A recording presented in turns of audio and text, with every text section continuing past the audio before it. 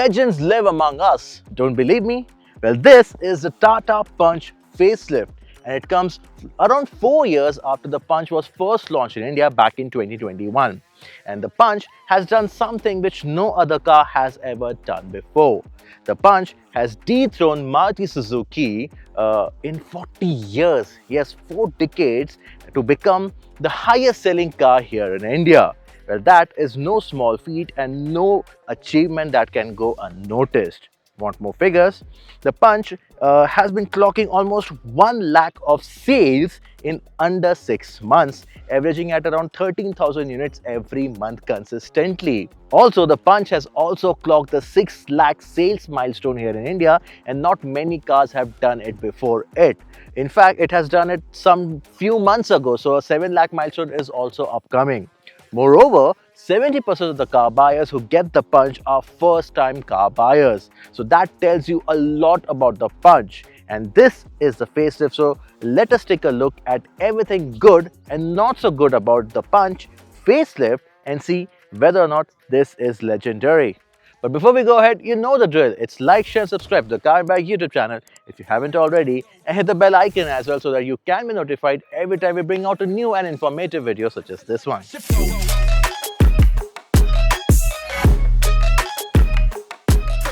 The first things first, there is a new engine. Now you can buy the Punch in a petrol, CNG and even an EV avatar.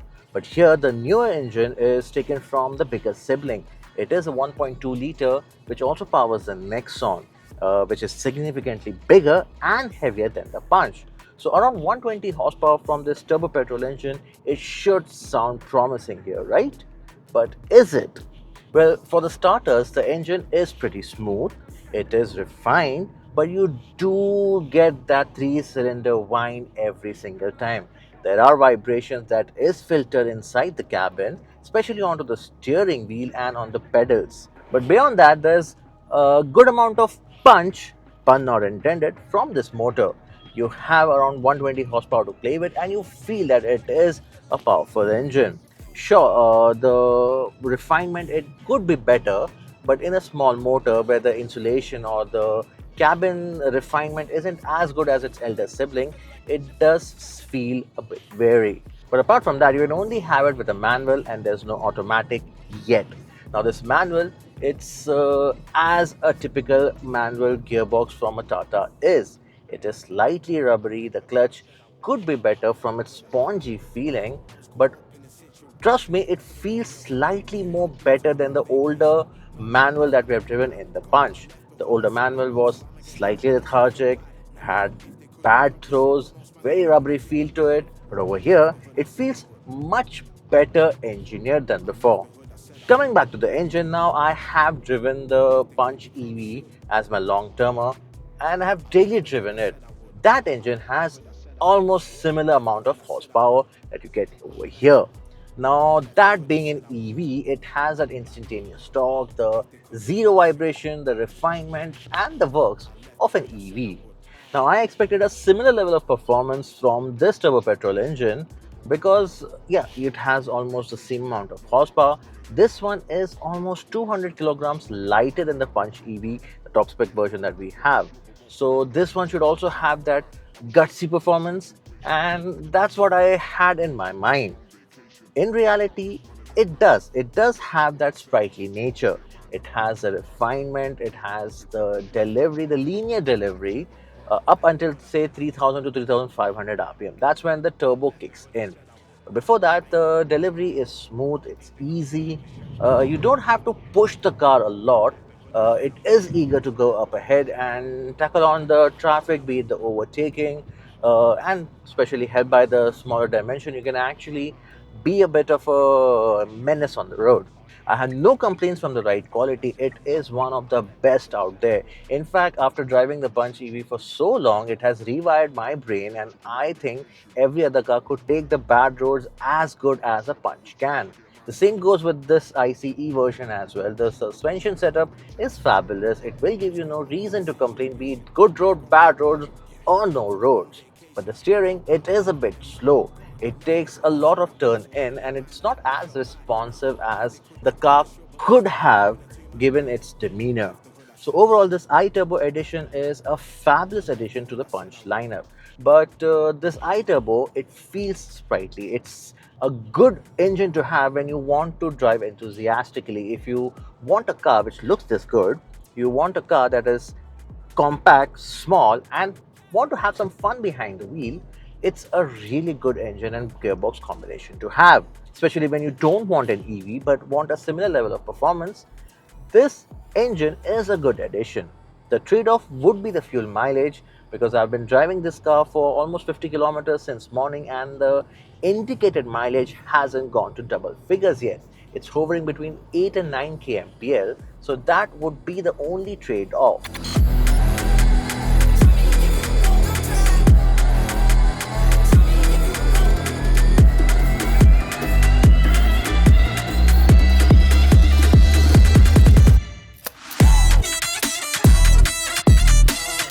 As for the styling, it's a facelift, so no changes to the dimension or the sheet metal.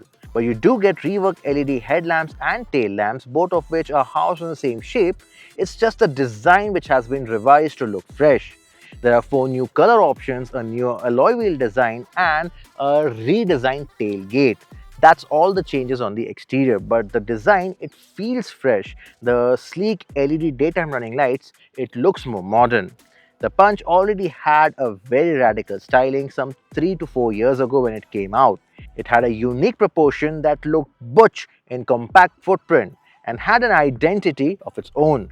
And all of that still remains. And I'm particularly happy with this update because they haven't made this one look like a curved light or a Nexon light. It still has an identity of its own. Because when a car is selling in such a huge number, you don't just go ahead and redesign it entirely. You do exactly this.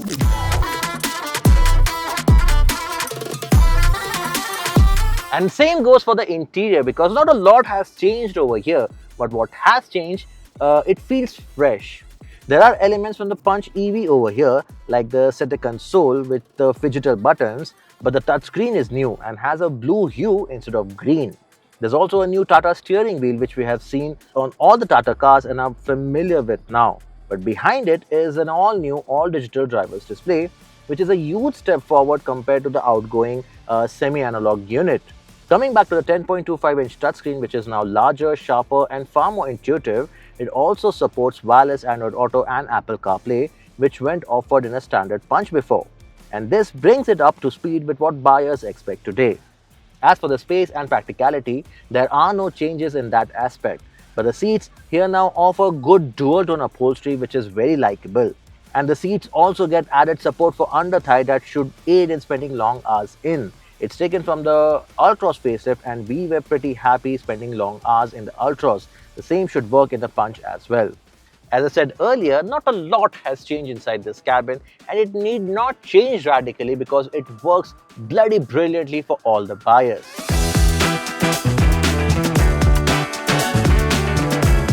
Honestly, this was the perfect time for Tata to get the facelift for the Punch, because the only thing that put a ding in its sales figures was the people's expectation of the arrival of this facelift. Now with this improvement, the suitability of the Punch for the first-time buyers, it remains. It still remains one of the most compact, fun to drive, easy to live with, easy to drive car that you can buy in India right now.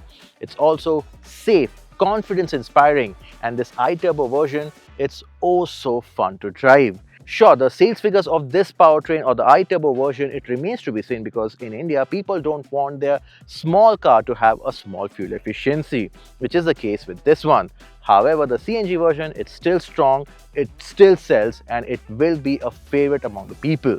So the Tata Punch facelift isn't exactly a reinvention. It is reinforcement is what I think. Because Tata has taken a car which has already worked so well and made it feel more usable and feel more modern. And it doesn't lose any of the things that made it successful in the first place. And that's exactly how legends stay relevant. And that's all from me in this video. I hope you liked it, and if you did, do hit that like button and share this video with someone who's looking to buy their first car or is looking to buy a micro SUV and may consider the Tata Punch, especially with this iTurbo powertrain. And if you have any other questions which I missed out throughout the course of this video, you can write them down in the comments and I promise we will address them all personally. And that's all from me in this video. This is Bilal signing off. Until next time.